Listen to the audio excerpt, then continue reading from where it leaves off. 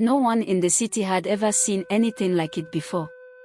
The cries of a newborn filled the air, but something was strange. The midwife, her hands trembling, took a step back. One of the twins was perfectly normal, a healthy baby boy. But the other had the upper body of a child and the lower body of a long, glistening serpent. In the city of Zoroma, nestled between vast golden fields and the great river Konu, a woman named Abina had just given birth to twins. She lay on the mat, exhausted from labor, reaching out weakly, her heart swelling with love even before she had seen them. But when the midwife hesitated, refusing to hand her the second child, panic gripped her chest. "What is it? What's wrong with my baby?" she asked, her voice barely above a whisper. The room was silent.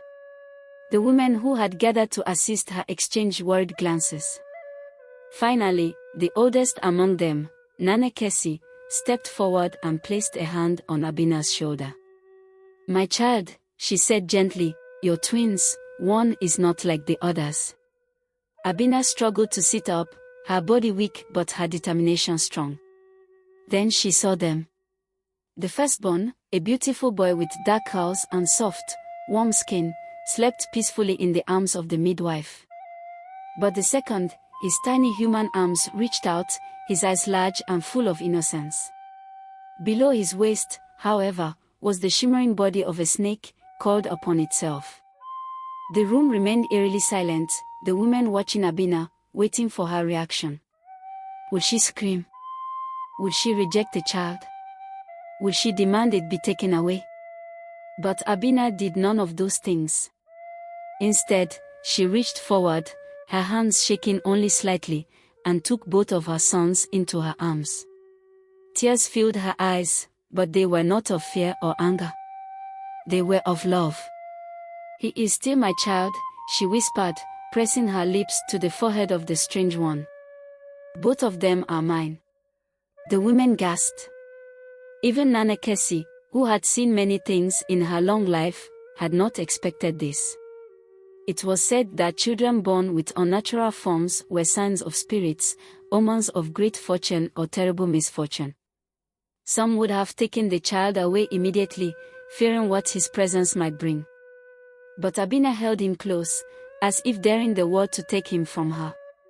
As the days turned into weeks, the twins grew, each in their own way. The firstborn, whom Abina named Kojo, was like any other child, crawling, laughing, and eventually taking his first steps. The second, whom she named Kwako, never walked, he slithered. His movements were smooth and silent, his lower body gliding effortlessly over the floor. Yet, he was no less loved. Abina treated him the same as his brother, never once showing fear or disgust. But the city did not share her love. Whispers followed them wherever they went. Mothers pulled their children away. Men shook their heads in disapproval. And when Kwako's sharp, golden eyes met theirs, many turned and fled, convinced that he was cursed. It wasn't long before the elders of the city summoned Abina. She arrived at the gathering with both boys, holding Kwako protectively in her arms. "Abina," the chief began, his voice heavy with concern, "you know we have allowed you to keep the child out of respect, but the people are afraid. They believe he is dangerous. Some say he is a messenger of the gods. Others say he will bring ruin upon us." Abina held her head high. "He is my son. He has harmed no one." The elders murmured among themselves. Finally, the chief sighed. "Then prove it.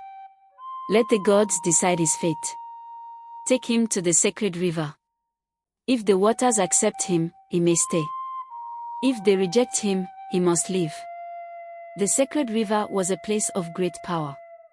It was said that spirits resided there, watching over the land. Those who did not belong would be swept away by its waters, never to be seen again.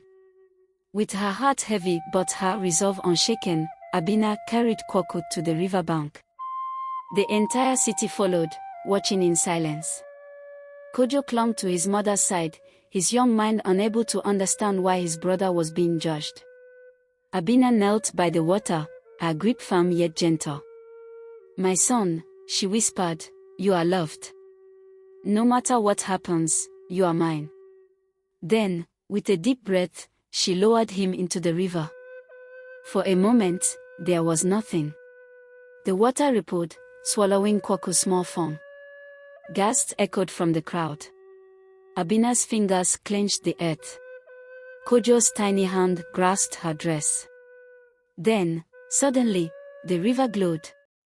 A deep, golden light shimmered beneath the surface. The water did not pull Kwaku away. Instead, it embraced him. He did not sink. He did not struggle. He swayed with the current, his serpent body gleaming like a jewel beneath the sun. A gust of wind rushed through the trees, and a voice, low, ancient, and full of wisdom, filled the air. "He is one of us?" The crowd fell to their knees. Nana Kesi, her face alight with wonder, whispered, "The gods have spoken." When Kwaku emerged from the river, he was changed. His serpent body now bore golden scales, shimmering like the sun. His eyes, once unsettling to the people, now held a depth that spoke of something beyond human understanding. The fear in the eyes of the city turned to awe. From that day forward, Kwaku was no longer seen as a curse, but as a child of the river, blessed, chosen. The people no longer shunned him, but sought his wisdom, for it was said that those who had touched the sacred waters could see beyond the world of men.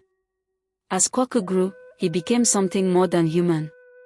His connection to the river deepened, and he could summon the waters at will, bringing rain to dry fields and calming storms before they reached the city.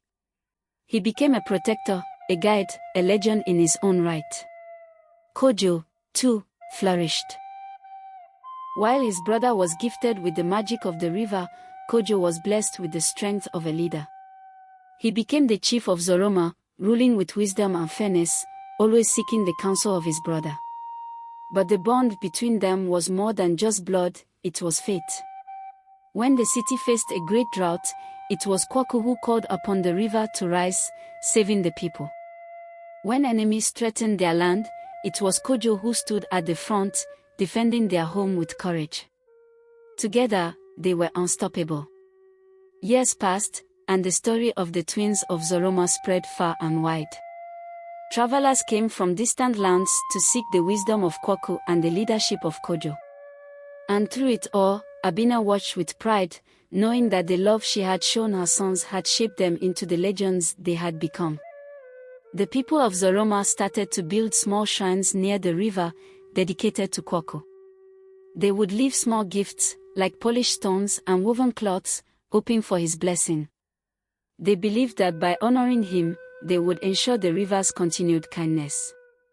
Kojo, as chief, made sure that everyone in Zoroma understood the importance of respecting the river and its guardian. He taught the children stories of Kwaku's bravery and kindness, ensuring that his brother's legacy would live on. One day, a group of travelers arrived in Zoroma, seeking Kwaku's help.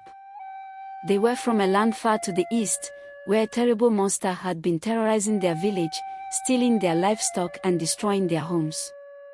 They had heard tales of Kwaku's power and hoped he could save them. Kwaku, hearing their plea, felt a deep sense of responsibility. He knew he had to help. He told Kojo of his decision, and Kojo, though worried, knew he could not stop his brother. With the travelers as his guide, Kwaku set off on a long journey, slithering through forests and across deserts. When they finally reached the village, they found it in ruins, the people living in fear. Kwaku, using his connection to the river, sensed the monster's presence. It was a creature of darkness, its form twisted and its heart filled with malice. Kwaku confronted the monster, his golden scales gleaming in the dim light. A fierce battle ensued. The monster was strong, but Kwaku was swift and cunning. He used his power over water to weaken the monster, creating whirlpools and waves that battered its form. After a long and arduous fight, Kwaku finally defeated the monster, sending it back to the darkness from whence it came. The villagers rejoiced, thanking Kwaku for saving them. He stayed with them for a while, helping them rebuild their homes and teaching them how to protect themselves. Then, he returned to Zoroma, where he was greeted as a hero. But even legends must face their own test. One day, a great sickness fell upon the land, drying the rivers and turning the fields to dust. No rain came, no relief. The people turned to Kwaku, begging him to call upon the waters once more. But this time, the river remained still. Kwaku knew what he had to do. With a heavy heart, he bid farewell to his family and slithered into the sacred river. The waters rose around him, swallowing him whole. The river roared, the sky darkened, and rain finally fell. But Kwaku never returned. His sacrifice had saved them all. Kojo, though heartbroken, led his people with even greater wisdom, forever honoring his brother's memory. And so, the river continued to sing its song, whispering the tale of the mother who loved without fear, the leader who ruled with wisdom, and the boy who became one with the waters, a guardian for eternity.